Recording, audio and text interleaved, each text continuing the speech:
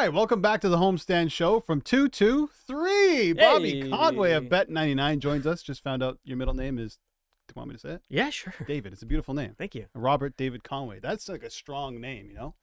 Very regal name. Thank you. What do you think of Justin Pooney? That's nice, too. Yeah. It's got some sauce to it. It's got some sauce to it. Yeah. Al Vartania. Al Vartania, as Cam Stewart likes to say. Okay, so we've talked about the Jays a little bit. Yeah, it says Rob D Conway on my name thing there for Twitter. D. Oh, does it? Yeah. Bobby D Conway. It's even better. Okay, so we got to talk some Leafs, Bobby. I know I told you we're going to talk Leafs. You're like, oh, really, Leafs again? Matt Murray or Ilya Samsonov? No, we're not doing that. I think we need to talk about what can they do? What are the priorities for the Toronto Maple Leafs? We haven't heard from Brendan Shanahan yet. We don't know if Dubas is going to be the guy moving forward, which means we don't know the coach. We don't know what they're going to do in terms of trades. Mm-hmm. But if you're the head of the Leafs right now, if you're Brendan Shanahan, what are your priorities? Well, your priority first is to decide who's going to lead this team from a management perspective, and if that's going to remain Kyle Dubas or not. And certainly if Kyle Dubas is gone, Sheldon Keefe will be gone. He could still be gone regardless. If I don't think Kyle Dubas wants to fire Sheldon Keefe or feels that he deserves to be, but that might be something from above him that might make that decision. Then changes need to be made in some way, shape, or form. On the ice, which I think is probably the most important part of this, is you have to decide. I don't think you can come back with the same four guys. Mm-hmm.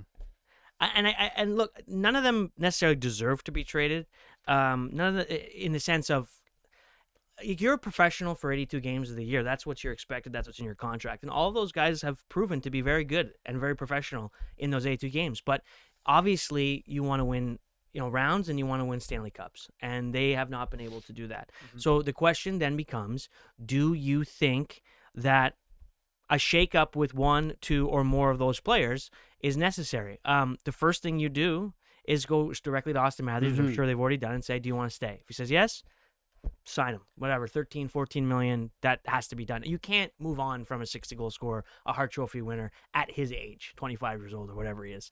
And he'll probably take a short-term deal, which you got to be okay with, right? That would be great for him, because he's going to make more money, and if you're the Leafs, then by the end of that contract, you might want to be looking to rebuild anyway. I think that window would be closed.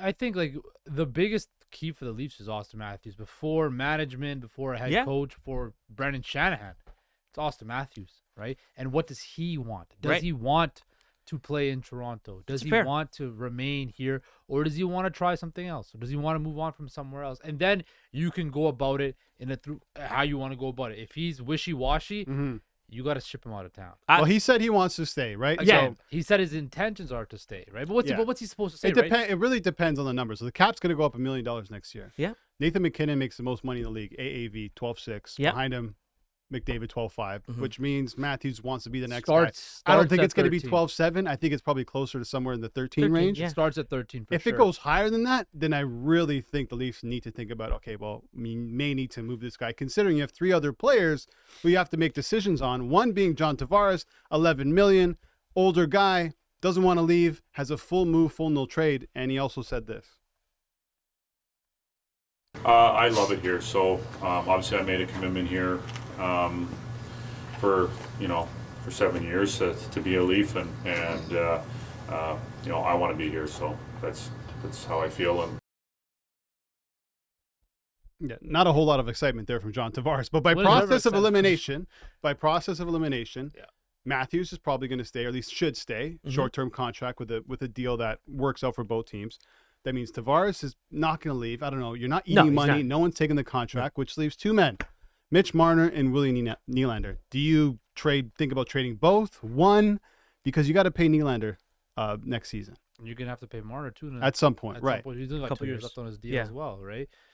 I personally think you have to move one or both of those guys. I think Mitch Marner is probably the player to go. He's a fantastic hockey player and is extremely exciting to watch. If you're a fan of a hockey team and you get to watch, Matthews, Marner, Nylander every single night, that's fun. And believe me, there are teams that would die for that. But eventually you got to be successful in the playoffs. And Carter Verhaeghe, Matthew Tkachuk, and somebody else shouldn't be a more wanted trio than that three in the playoffs. And right now they are. And so if I'm if I'm Kyle Dubas, I have to make the decision of I need to move somebody, or whoever the GM is. I have to move somebody, and I think Mitch Marner and William Nylander, being the size and style of play that they are not necessarily conducive to being the most successful playoff hockey players. It's a results-based industry, the professional sports is, and Toronto Maple Leafs haven't garnered the results worthy of having success, right? This team is one of the most talented, if not the most talented team in the NHL, and they've fallen way short of expectations year after year. Again, it all comes back to Matthews for me. He's the key. If he doesn't want to stay, then okay, you have to move off of Nylander or Mitch Marner. I think Mitch Marner, you can get an absolute haul for Mitch Marner. Yeah. You can get, another top 6 forward. You could get a top 4 defenseman. You could get draft capital if you needed to then parlay that off to another established player for your roster, because they're obviously not going to use the draft capital. But again, this team needs to have a shakeup. It needs to have something change, right? It may not need to be drastic, though.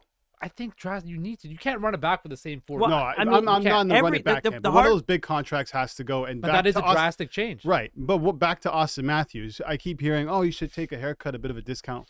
Why? No. Why should Auston Matthews do that? For what reason? This is a business. You want to get paid, and you have to remember the family thing. Imagine you're Auston Matthews, and your mother or your girlfriend or whoever is telling you, why are you taking a discount? No one's taking a discount for you. These guys don't care about you. Make as much money as you possibly can. What if you step on the ice come October and you blow your knee out? Yeah. And you're not going to get those deals once again. But that discount haircut baloney, get that out of here. I think that also the part that people forget too, and everyone who has a job has to feel this way. Like, if you ask Auston Matthews, who's the best player in the NHL, he's going to say himself or Connor McDavid.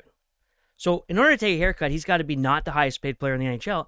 And nobody wants, it's the principle of that fact. I'm the best player. I want to make more. Now, right. he might say McDavid should make more, but it's just when the contracts get signed.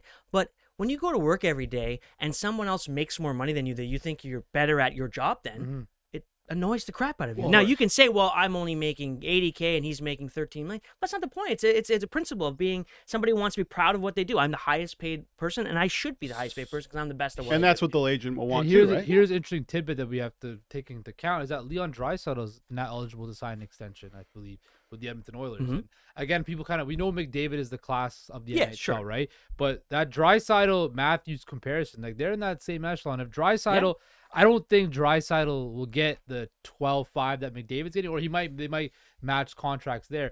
But I think with a guy like Auston Matthews, it has to start off at $13 million. $13 million for sure. And then when you think about it, a couple years down the line, you're going to have to pay a guy like Matthew Nyes, who, again, if everything pans out the way the fans are expecting it, that's not going to be cheap, right? That's a couple seasons away. But even then, Mitch Marner is going to need a new deal. William Nylander. Willie's the big one. There's decisions to be made here. And it's going to be very interesting at how it goes. And that's the hard part, because all of the players we're talking about, and even the general manager and the coach, the president, all of these guys, maybe not Sheldon Keefe, just from his experience, but Marner's done his job.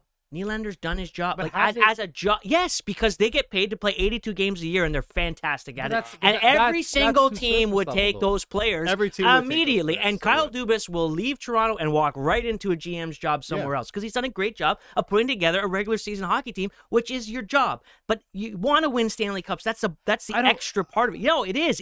I can't stress this enough. These players, they don't even get paid extra. I mean, you get bonuses, but you know what I mean. Bonuses. But this is their job. They're professionals, and they do a great job at it. But in the end, what is most important is getting the Stanley Cups. But there isn't a team that wouldn't want a Kyle Dubas as their GM based on what he's been able to put around this team, and some of it the drafting, but some of it wasn't even drafting. Picking Matthews first overall doesn't take a genius, but. And same goes to Mitch Marner. Any team would take Mitch Marner. Any team would take William Nylander. Any team would take Auston Matthews. Maybe not the John Tavares contract, but the player. So it's hard when you're sitting there going, well, they're unsuccessful, but yet everybody would want them. So then now you have to pay Nylander because he's done his job. But you can choose not to pay him, but somebody else will. Someone else will take 40 goals. I mean, it's just that's the way it is. Well, and that's exactly what they want, which brings me to my next question. What do the Leafs need in return? Because Leafs have 11 UFAs upcoming. Plus, they might need a goalie as well. So the Leafs need to start thinking about, okay, we got to move this as soon as possible, especially when you have a guy like Nylander, they got a 10-trade a 10-team no trade kicking in July 1. They have both Marner and Matthews have a no trade clause that kick in July 1, like you mentioned with Nylander as well. They're top heavy across the board on their roster. Look, Too top heavy. Morgan Riley makes $7.5 million. That extension kicks in. TJ Brody's making $5 million. That's $12.5 million on your defense right there for top. And I don't think anybody's confusing TJ Brody and Morgan Riley as elite defensemen in the NHL, right? But they also have $40 million of their cap. Half the cap is tied to 4 forwards up front. You can't have that if you want to be successful, right? You got to perform in the playoffs. And we have to remember these guys have 50+ games in the playoffs. Yeah. These guys have experience. They just can't get it done. Now. I mean, it's been gone forever. Dubas alluded to this, but if you go back to what the Panthers did, they win the President's Trophy, but they get bumped out of the second round. So they ship out Huberdeau and Weegar, who had career seasons, for Tkachuk, and now look where they are. Is it just because of Tkachuk?